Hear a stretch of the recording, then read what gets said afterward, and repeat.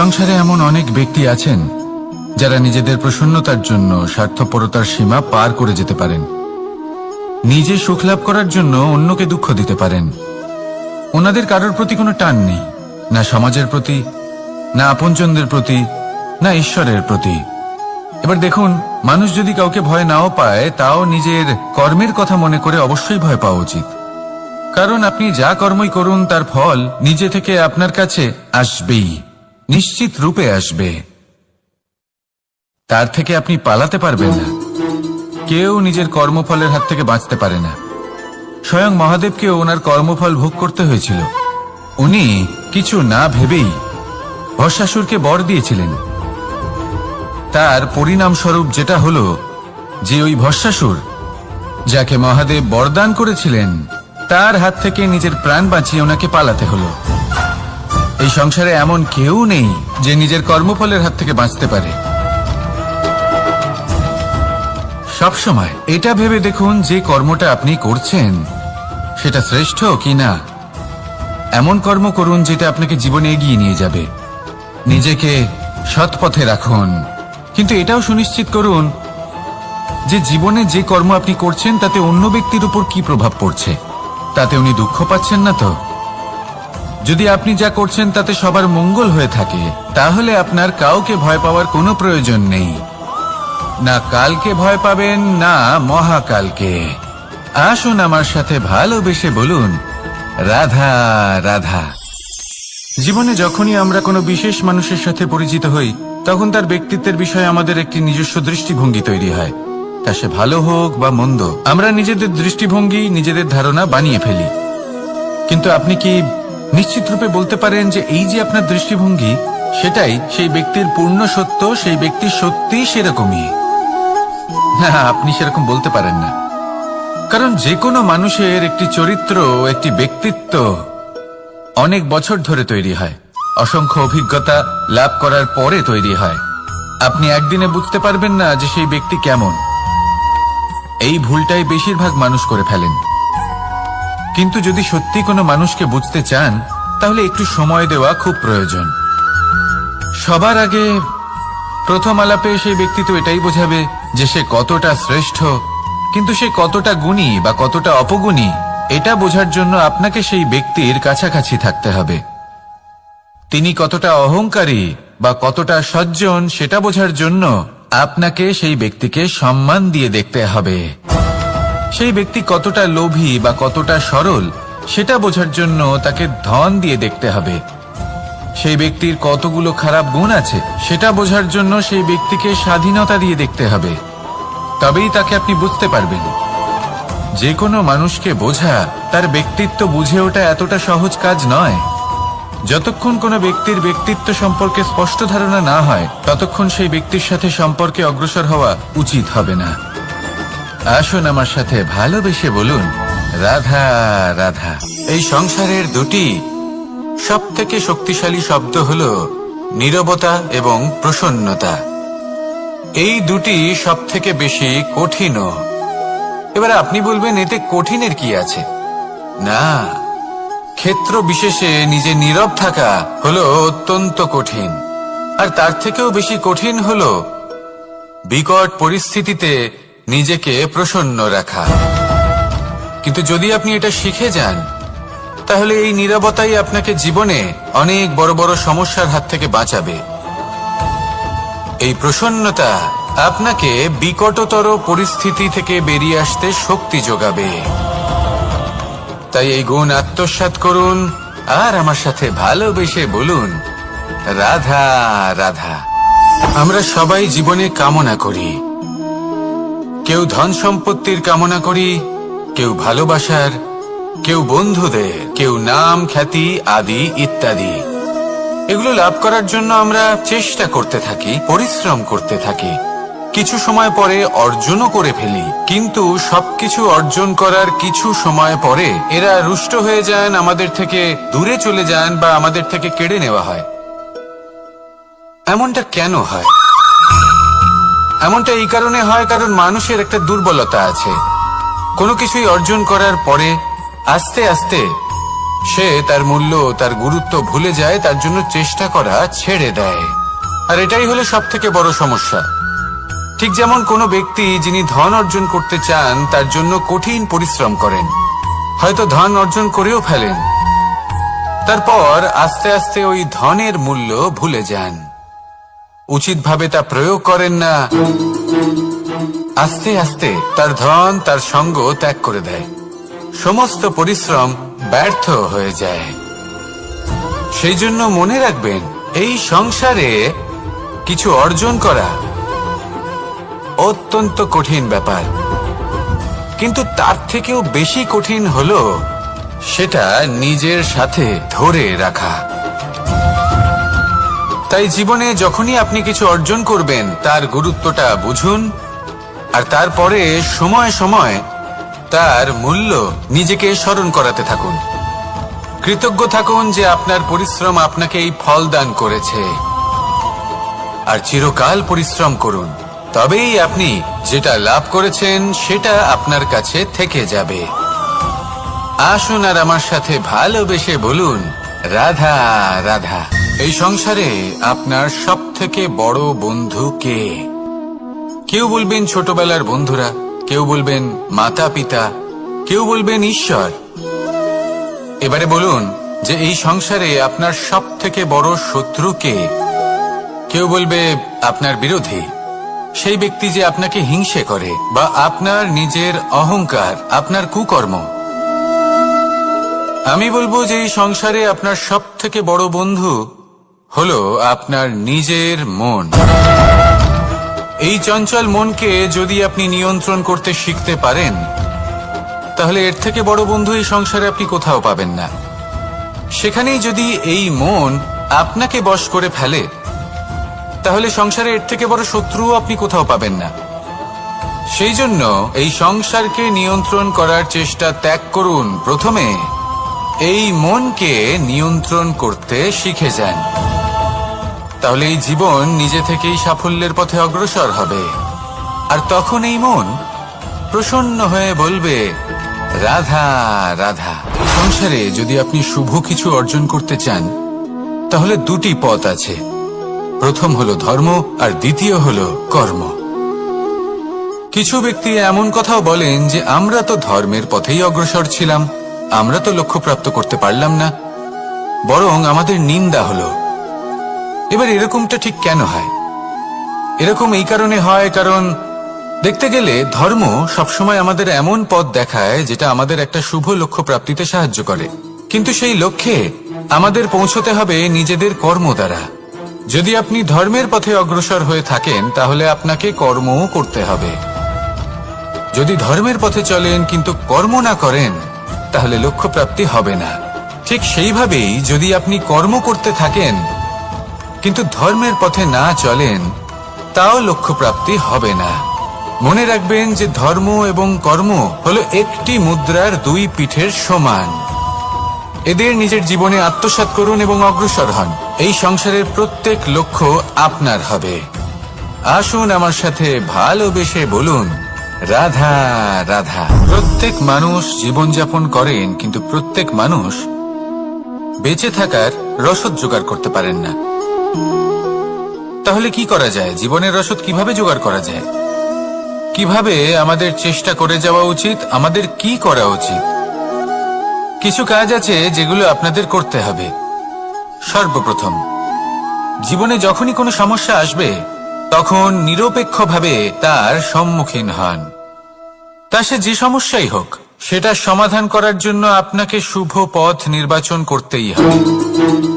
তারপরে যদি আপনার হাতে কখনো ক্ষমতা আসে, সেই মুহূর্তে আরো বেশি বিনম্র থাকতে হবে। আপনি ধন অর্জন করলে তখন অহংকার জাগ্রত হতে দিলে চলবে না। আপনি যদি শক্তিশালী হয়ে ওঠেন, তাও অহংকার জাগ্রত হলে চলবে না।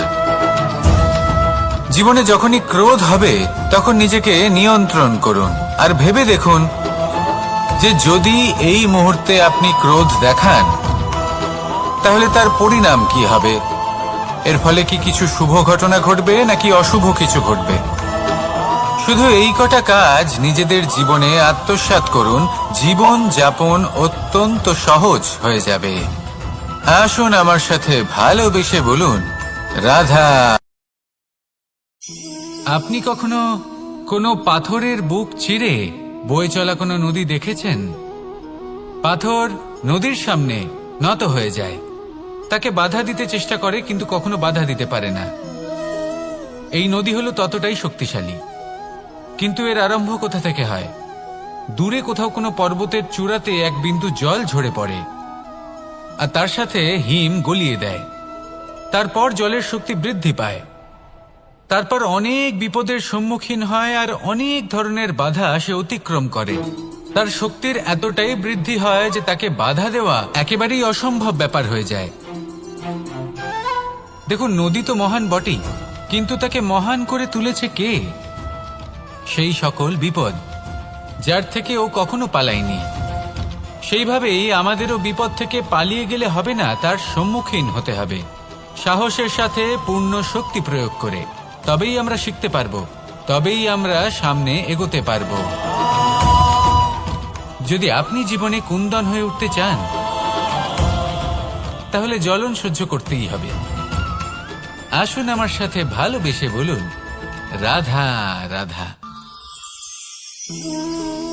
এ হলো গোলাপ ফুল। একে আমরা সকলেই চিনি। সমগ্র সংসার ভালোবাসে এই পুষ্পকে। এই ফুল দেখতেও সুন্দর। সবথেকে বেশি গুরুত্বপূর্ণ কথা হলো এর সুগন্ধ, যা দূর দূরান্ত থেকে ব্যক্তিদেরকে আকৃষ্ট করে। এই সুন্দর পুষ্প একটু মন দিয়ে দেখলেই দেখা যায় এর নিচে কাঁটা রয়েছে। এই সংসার বলে, এ প্রকৃতির কেমন রচনা, এত কোমল পুষ্প, এটা কি তীক্ষ্ণ কাঁটা সহ প্রস্ফুটিত হয়? এটাই হলো জীবনের সত্য। আমাদের অন্তরের সদ্গুণ, সেগুলিও এই ফুলের মতোই সুন্দর। সংসারের সৌন্দর্য দেখতে পায়, এর সুগন্ধ চতুর্দিকে ছড়িয়ে পড়ে। কিন্তু এই সদ্গুণ জাগ্রত করে তোলার জন্য কঠোর পরিশ্রম করতে হয়, প্রতিনিয়ত চেষ্টা করে যেতে হয়। তাই জন্য যদি আপনি জানেন আপনার পথ উচিত কিন্তু তা কাঁটায় পরিপূর্ণ, তাহলে থামবেন না, চলতে থাকুন। একবার যদি অন্তরের সদ্গুণ জাগ্রত হয়, তাহলে এই সংসার এর সৌন্দর্য দেখবে আর সুগন্ধে আকর্ষিত হয়ে আপনার কাছে আসবে। এই মন, এই জীবন প্রসন্ন হয়ে বলবে, রাধা রাধা। মোহনের বাঁশির এই সুর, এই সঙ্গীত কার না পছন্দ হয়? সবারই খুব ভালো লাগে। এবার এই সুর আসে কোথা থেকে? কেউ বলবেন কৃষ্ণের হৃদয় থেকে। সত্য কথা, এই সুর হৃদয় থেকে নির্গত হয় এবং প্রকট হয় এই বাঁশি থেকে। এই বাঁশিটাকে দেখুন, এই ছিদ্রগুলি দেখুন, প্রত্যেকটা সুর থেকে নিজস্ব একটা স্বর নির্গত হয়। এবার যে ব্যক্তি এই সমস্ত সুর এবং স্বর বুঝতে পারেন, এতে নিপুণ, তিনি এই বাঁশির দ্বারা যে সুর নির্গত করবেন তা তো মধুর অবশ্যই হবে। এবার জীবনের সাথেও কিছুটা এরকমই ঘটে। জীবনের কিছু নীতি থাকে, অর্থ, কুটুম্ব এবং আধ্যাত্মিক। যদি জীবনের প্রত্যেকটা মুহূর্ত সুখময় হয় এরকম আপনি চান, তাহলে এই তিনটি নীতিতে আপনাকে নিপুণ হতে হবে। কোনো একটি বিশেষ নীতির প্রতি যদি আপনি বেশি ঝুঁকে পড়েন, তাহলে বাকি দুই নীতি থেকে যা সুখ লাভ করা সম্ভব তা পারবেন না।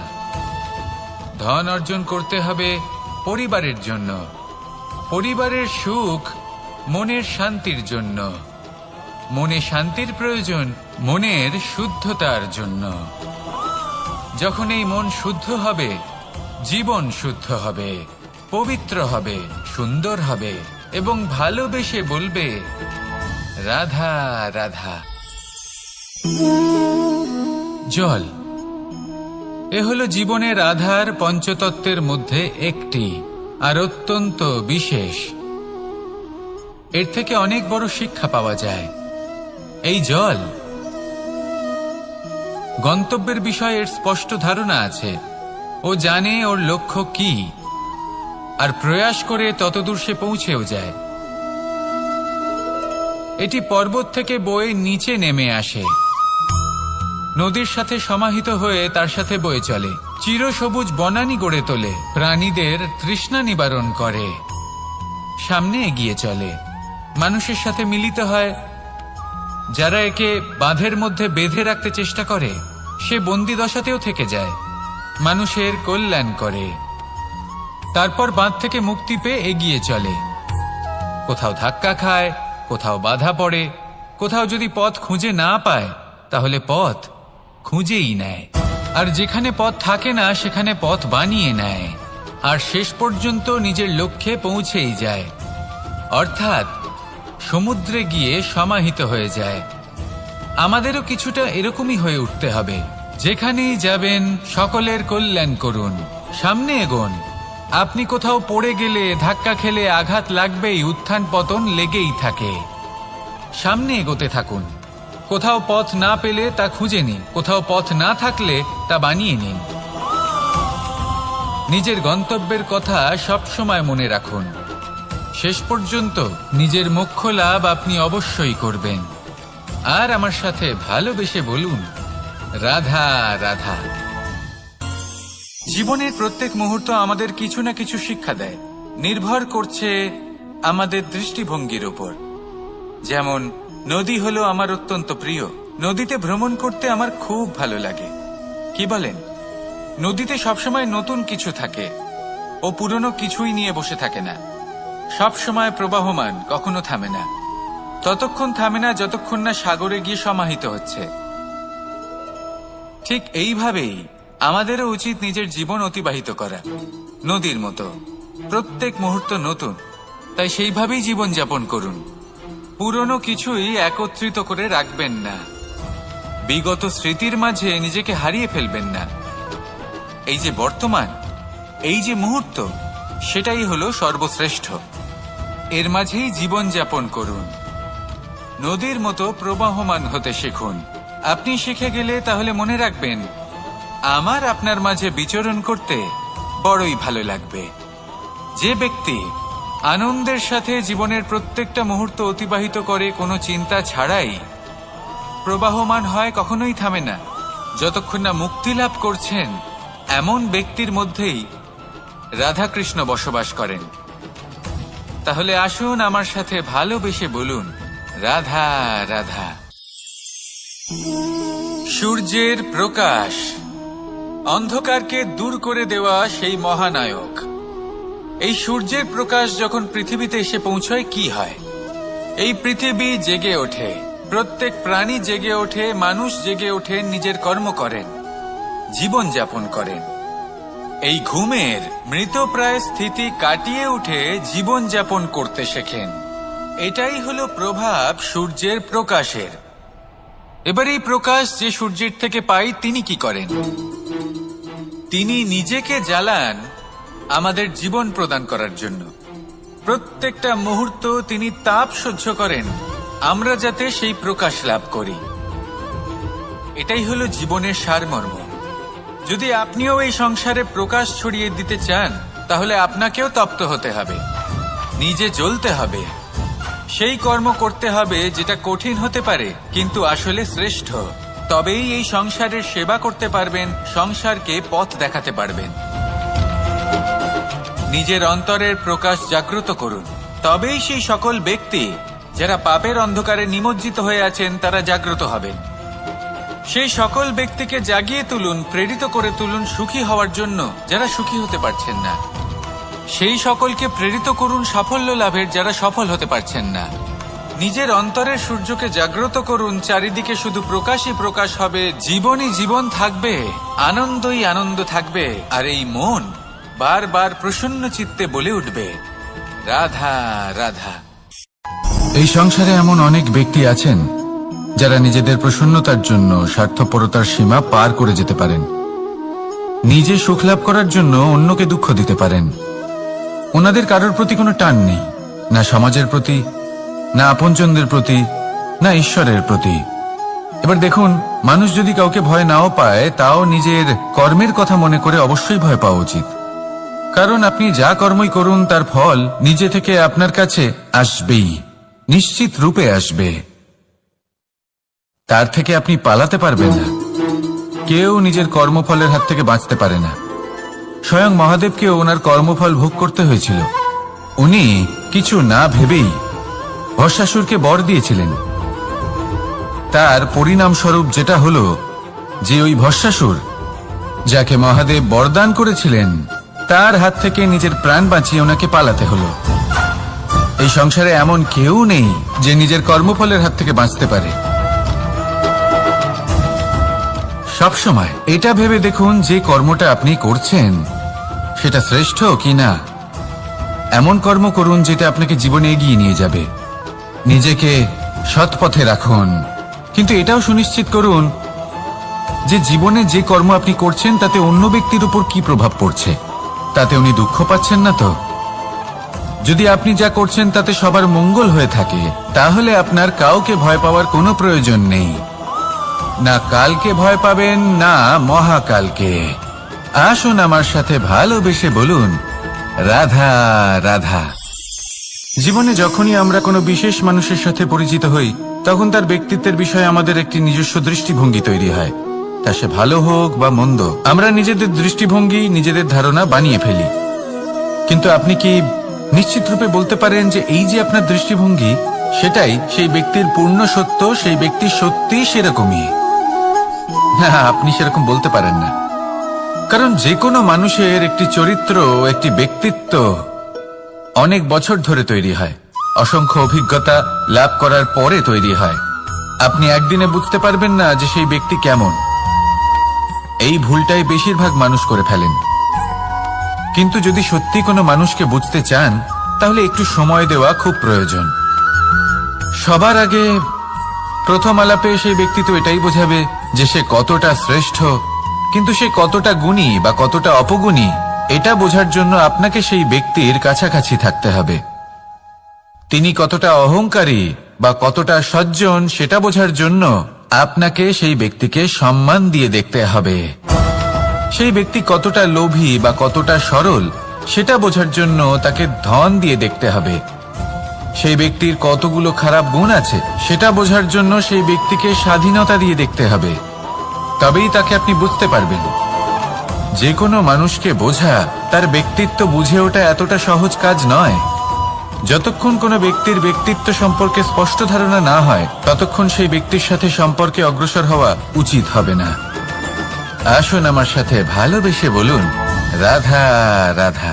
এই সংসারের দুটি সবথেকে শক্তিশালী শব্দ হলো নীরবতা এবং প্রসন্নতা। এই দুটি সবথেকে বেশি কঠিনও। এবার আপনি বলবেন, এতে কঠিনের কি আছে? না, ক্ষেত্র বিশেষে নিজে নীরব থাকা হলো অত্যন্ত কঠিন। আর তার থেকেও বেশি কঠিন হলো বিকট পরিস্থিতিতে নিজেকে প্রসন্ন রাখা। কিন্তু যদি আপনি এটা শিখে যান, তাহলে এই নীরবতাই আপনাকে জীবনে অনেক বড় বড় সমস্যার হাত থেকে বাঁচাবে। এই প্রসন্নতা আপনাকে বিকটতর পরিস্থিতি থেকে বেরিয়ে আসতে শক্তি যোগাবে। তাই এই গুণ আত্মসাৎ করুন আর আমার সাথে ভালোবেসে বলুন, রাধা রাধা। আমরা সবাই জীবনে কামনা করি। কেউ ধন সম্পত্তির কামনা করি, কেউ ভালোবাসার, কেউ বন্ধুদের, কেউ নাম খ্যাতি আদি ইত্যাদি। এগুলো লাভ করার জন্য আমরা চেষ্টা করতে থাকি, পরিশ্রম করতে থাকি। কিছু সময় পরে অর্জনও করে ফেলি, কিন্তু সবকিছু অর্জন করার কিছু সময় পরে এরা রুষ্ট হয়ে যান, আমাদের থেকে দূরে চলে যান বা আমাদের থেকে কেড়ে নেওয়া হয়। এমনটা কেন হয়? এমনটা এই কারণে হয় কারণ মানুষের একটা দুর্বলতা আছে। কোনো কিছুই অর্জন করার পরে আস্তে আস্তে সে তার মূল্য, তার গুরুত্ব ভুলে যায়, তার জন্য চেষ্টা করা ছেড়ে দেয়। আর এটাই হলো সবথেকে বড় সমস্যা। ঠিক যেমন কোনো ব্যক্তি যিনি ধন অর্জন করতে চান, তার জন্য কঠিন পরিশ্রম করেন, হয়তো ধন অর্জন করেও ফেলেন, তারপর আস্তে আস্তে ওই ধনের মূল্য ভুলে যান। উচিতভাবে তা প্রয়োগ করেন না, আস্তে আস্তে তার ধন তার সঙ্গ ত্যাগ করে দেয়। সমস্ত পরিশ্রম ব্যর্থ হয়ে যায়। সেই জন্য মনে রাখবেন, এই সংসারে কিছু অর্জন করা অত্যন্ত কঠিন ব্যাপার, কিন্তু তার থেকেও বেশি কঠিন হলো সেটা নিজের সাথে ধরে রাখা। তাই জীবনে যখনই আপনি কিছু অর্জন করবেন তার গুরুত্বটা বুঝুন, আর তারপরে সময় সময় তার মূল্য নিজেকে স্মরণ করাতে থাকুন।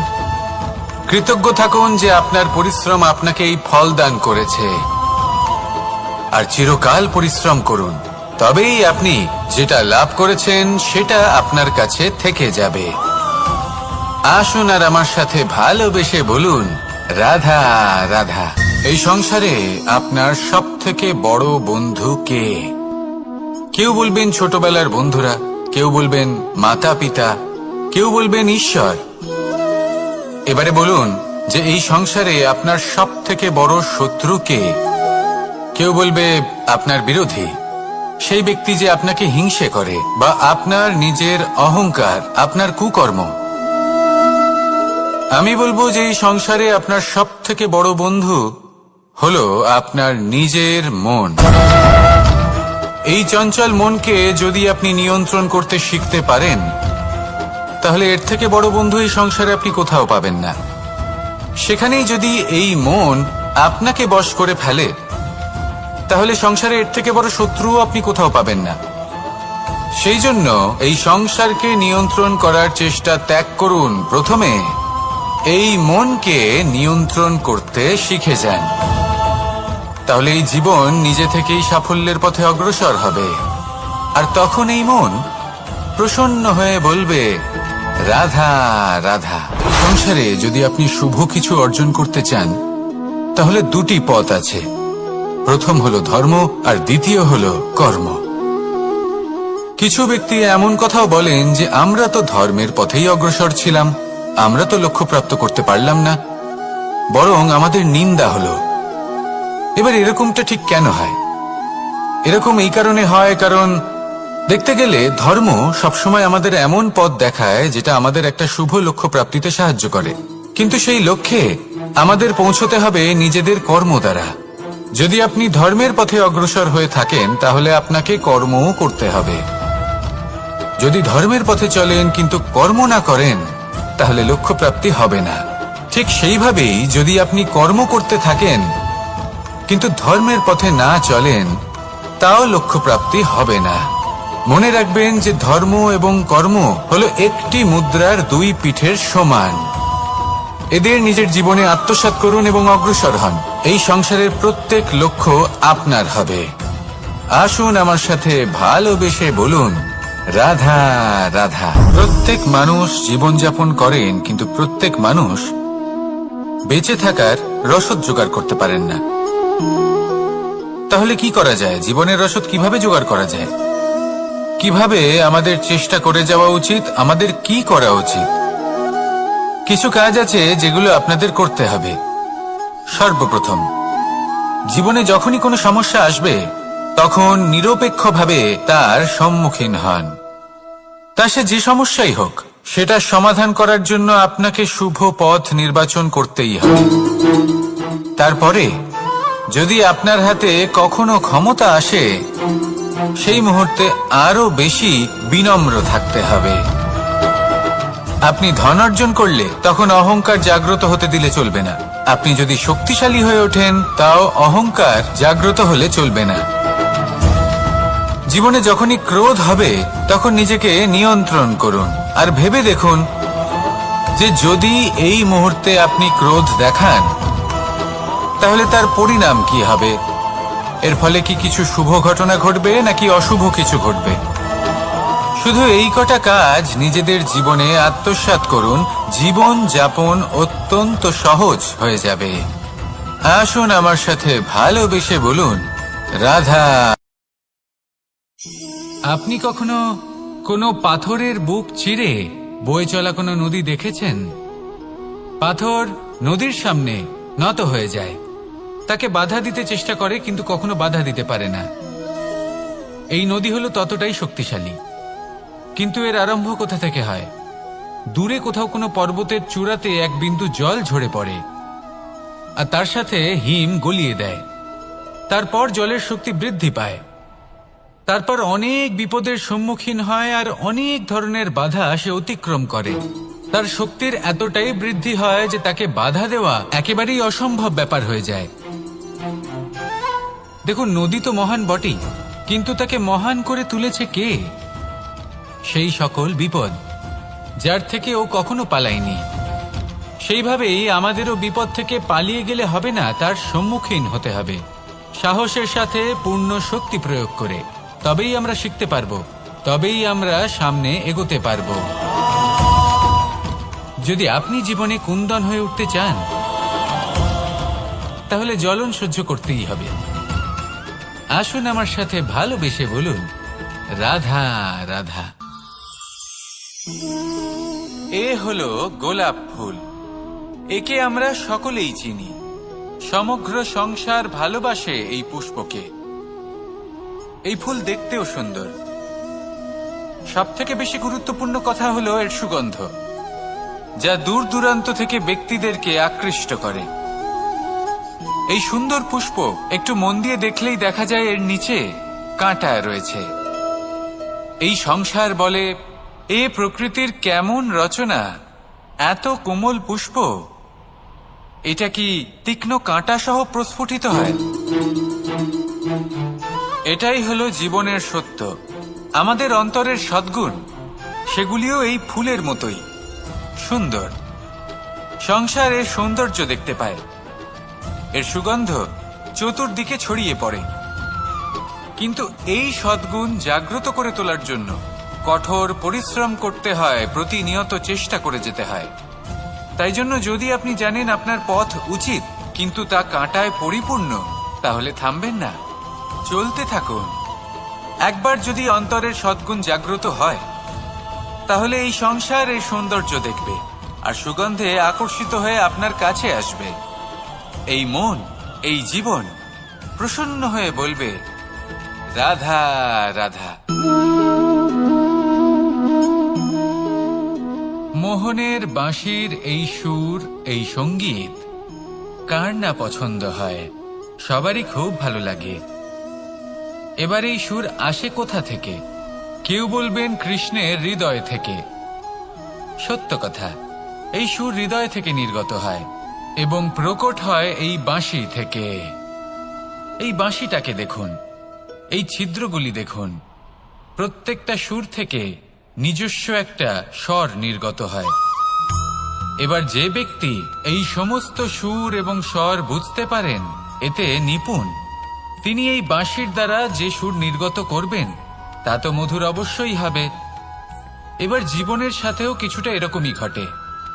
জীবনের কিছু নীতি থাকে, অর্থ, কুটুম্ব এবং আধ্যাত্মিক। যদি জীবনের প্রত্যেকটা মুহূর্ত সুখময় হয় এরকম আপনি চান, তাহলে এই তিনটি নীতিতে আপনাকে নিপুণ হতে হবে।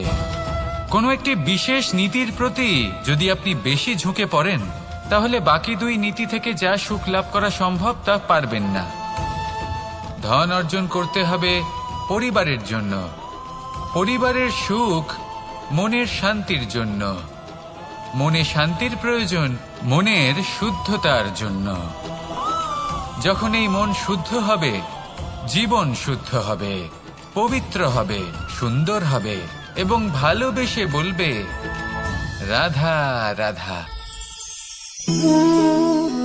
জল, এ হলো জীবনের আধার, পঞ্চতত্ত্বের মধ্যে একটি, আর অত্যন্ত বিশেষ। এর থেকে অনেক বড় শিক্ষা পাওয়া যায়। এই জল, গন্তব্যের বিষয়ে এর স্পষ্ট ধারণা আছে। ও জানে ওর লক্ষ্য কি, আর প্রয়াস করে ততদূর সে পৌঁছেও যায়। এটি পর্বত থেকে বয়ে নিচে নেমে আসে, নদীর সাথে সমাহিত হয়ে তার সাথে বয়ে চলে, চিরসবুজ বনানী গড়ে তোলে, প্রাণীদের তৃষ্ণা নিবারণ করে, সামনে এগিয়ে চলে, মানুষের সাথে মিলিত হয়, যারা একে বাঁধের মধ্যে বেঁধে রাখতে চেষ্টা করে সে বন্দি দশাতেও থেকে যায়, মানুষের কল্যাণ করে, তারপর বাঁধ থেকে মুক্তি পেয়ে এগিয়ে চলে। কোথাও ধাক্কা খায়, কোথাও বাধা পড়ে, কোথাও যদি পথ খুঁজে না পায় তাহলে পথ খুঁজেই নেয়, আর যেখানে পথ থাকে না সেখানে পথ বানিয়ে নেয়, আর শেষ পর্যন্ত নিজের লক্ষ্যে পৌঁছেই যায়, অর্থাৎ সমুদ্রে গিয়ে সমাহিত হয়ে যায়। আমাদেরও কিছুটা এরকমই হয়ে উঠতে হবে। যেখানেই যাবেন সকলের কল্যাণ করুন, সামনে এগোন। আপনি কোথাও পড়ে গেলে, ধাক্কা খেলে আঘাত লাগবেই, উত্থান পতন লেগেই থাকে। সামনে এগোতে থাকুন। কোথাও পথ না পেলে তা খুঁজে নিন, কোথাও পথ না থাকলে তা বানিয়ে নিন। নিজের গন্তব্যের কথা সব সময় মনে রাখুন। শেষ পর্যন্ত নিজের মোক্ষ লাভ আপনি অবশ্যই করবেন। আর আমার সাথে ভালোবেসে বলুন, রাধা রাধা। জীবনের প্রত্যেক মুহূর্ত আমাদের কিছু না কিছু শিক্ষা দেয়, নির্ভর করছে আমাদের দৃষ্টিভঙ্গির ওপর। যেমন নদী হলো আমার অত্যন্ত প্রিয়, নদীতে ভ্রমণ করতে আমার খুব ভালো লাগে। কি বলেন? নদীতে সবসময় নতুন কিছু থাকে, ও পুরনো কিছুই নিয়ে বসে থাকে না, সব সময় প্রবাহমান, কখনো থামে না। ততক্ষণ থামে না যতক্ষণ না সাগরে গিয়ে সমাহিত হচ্ছে। ঠিক এইভাবেই আমাদেরও উচিত নিজের জীবন অতিবাহিত করা, নদীর মতো। প্রত্যেক মুহূর্ত নতুন, তাই সেইভাবেই জীবন যাপন করুন। পুরনো কিছুই একত্রিত করে রাখবেন না, বিগত স্মৃতির মাঝে নিজেকে হারিয়ে ফেলবেন না। এই যে বর্তমান, এই যে মুহূর্ত, সেটাই হলো সর্বশ্রেষ্ঠ। এর মাঝেই জীবন যাপন করুন, নদীর মতো প্রবাহমান হতে শিখুন। আপনি শিখে গেলে তাহলে মনে রাখবেন, আমার আপনার মাঝে বিচরণ করতে বড়ই ভালো লাগবে। যে ব্যক্তি আনন্দের সাথে জীবনের প্রত্যেকটা মুহূর্ত অতিবাহিত করে কোনো চিন্তা ছাড়াই, প্রবাহমান হয়, কখনোই থামে না, যতক্ষণ না মুক্তি লাভ করছেন, এমন ব্যক্তির মধ্যেই রাধাকৃষ্ণ বসবাস করেন। তাহলে আসুন আমার সাথে ভালোবেসে বলুন, রাধা রাধা। সূর্যের প্রকাশ, অন্ধকারকে দূর করে দেওয়া সেই মহানায়ক। এই সূর্যের প্রকাশ যখন পৃথিবীতে এসে পৌঁছয় কি হয়? এই পৃথিবী জেগে ওঠে, প্রত্যেক প্রাণী জেগে ওঠে, মানুষ জেগে ওঠেন, নিজের কর্ম করেন, জীবন যাপন করেন। এই ঘুমের মৃতপ্রায় স্থিতি কাটিয়ে উঠে জীবন যাপন করতে শেখেন। এটাই হলো প্রভাব সূর্যের প্রকাশের। এবার এই প্রকাশ যে সূর্যের থেকে পাই, তিনি কি করেন? তিনি নিজেকে জ্বালান আমাদের জীবন প্রদান করার জন্য। প্রত্যেকটা মুহূর্ত তিনি তাপ সহ্য করেন, আমরা যাতে সেই প্রকাশ লাভ করি। এটাই হলো জীবনের সারমর্ম। যদি আপনিও এই সংসারে প্রকাশ ছড়িয়ে দিতে চান, তাহলে আপনাকেও তপ্ত হতে হবে, নিজে জ্বলতে হবে, সেই কর্ম করতে হবে যেটা কঠিন হতে পারে কিন্তু আসলে শ্রেষ্ঠ। তবেই এই সংসারের সেবা করতে পারবেন, সংসারকে পথ দেখাতে পারবেন। নিজের অন্তরের প্রকাশ জাগ্রত করুন, তবেই সেই সকল ব্যক্তি যারা পাপের অন্ধকারে নিমজ্জিত হয়ে আছেন তারা জাগ্রত হবেন। সেই সকল ব্যক্তিকে জাগিয়ে তুলুন, প্রেরিত করে তুলুন সুখী হওয়ার জন্য যারা সুখী হতে পারছেন না। সেই সকলকে প্রেরিত করুন সাফল্য লাভের যারা সফল হতে পারছেন না। নিজের অন্তরের সূর্যকে জাগ্রত করুন, চারিদিকে শুধু প্রকাশই প্রকাশ হবে, জীবনই জীবন থাকবে, আনন্দই আনন্দ থাকবে, আর এই মন বারবার প্রসন্ন চিত্তে বলে উঠবে, রাধা রাধা। এই সংসারে এমন অনেক ব্যক্তি আছেন যারা নিজেদের প্রসন্নতার জন্য স্বার্থপরতার সীমা পার করে যেতে পারেন, নিজে সুখ লাভ করার জন্য অন্যকে দুঃখ দিতে পারেন। ওনাদের কারোর প্রতি কোনো টান নেই, না সমাজের প্রতি, না আপনজনদের প্রতি, না ঈশ্বরের প্রতি। এবার দেখুন, মানুষ যদি কাউকে ভয় নাও পায়, তাও নিজের কর্মের কথা মনে করে অবশ্যই ভয় পাওয়া উচিত। কারণ আপনি যা কর্মই করুন তার ফল নিজে থেকে আপনার কাছে আসবেই, নিশ্চিত রূপে আসবে। তার থেকে আপনি পালাতে পারবেন না। কেউ নিজের কর্মফলের হাত থেকে বাঁচতে পারে না। স্বয়ং মহাদেবকেও ওনার কর্মফল ভোগ করতে হয়েছিল। উনি কিছু না ভেবেই ভস্মাসুরকে বর দিয়েছিলেন, তার পরিণামস্বরূপ যেটা হলো যে ওই ভস্মাসুর যাকে মহাদেব বরদান করেছিলেন তার হাত থেকে নিজের প্রাণ বাঁচিয়ে ওনাকে পালাতে হলো। এই সংসারে এমন কেউ নেই যে নিজের কর্মফলের হাত থেকে বাঁচতে পারে। সবসময় এটা ভেবে দেখুন যে কর্মটা আপনি করছেন